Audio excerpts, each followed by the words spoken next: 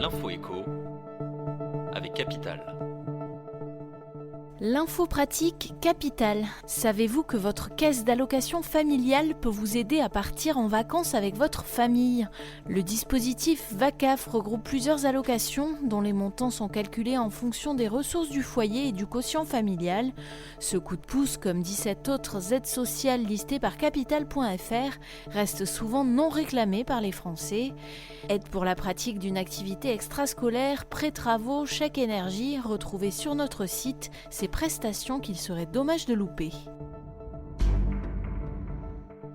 Le chiffre du jour, 27 500. C'est le nombre de Français ayant réservé un séjour à New York pour les vacances d'été. La destination américaine arrive à la première place des destinations long courrier les plus prisées pour juillet et août.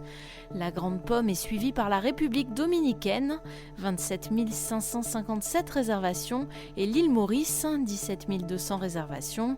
Pour les destinations plus proches, les pays de l'Europe du Sud gardent leur suprématie, malgré une baisse des réservations par rapport aux années précédentes. Les touristes se tournent à nouveau vers les pays de l'Afrique du Nord, à l'image de la Tunisie, en hausse de 31% cette année. Le coup de gueule du jour pourrait être poussé par les salariés expatriés dans plusieurs grandes villes asiatiques. Hong Kong, Tokyo, Singapour et Séoul sont en effet les cités où le coût de la vie est le plus élevé pour les salariés partis travailler à l'étranger, selon une étude du cabinet américain Mercer. À Singapour par exemple, une bière Heineken représente l'équivalent de 2,10 € contre 78 centimes en moyenne à Paris. La capitale française arrive seulement en 47e position de ce classement. Autre surprise, à la 7e position, on retrouve une ville du Turkménistan. Retrouvez sur Capital.fr les 20 villes dans le monde les plus onéreuses pour les expatriés.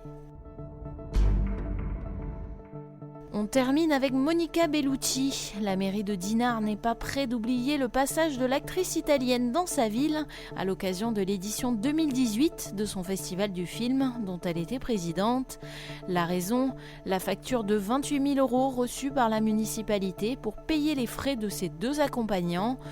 Discrètement évoqué lors du conseil municipal de décembre dernier, le sujet a été remis sur la table ce 24 juin par un élu. Si Bruno Deslandes, premier adjoint, admet qu'il avait été convenu que les frais de Monica Bellucci seraient pris en charge, il n'en était rien pour ses accompagnants. L'élu assure que désormais, la municipalité veillerait à ce que ce type de surprise n'arrive plus. C'était l'info éco avec Capital.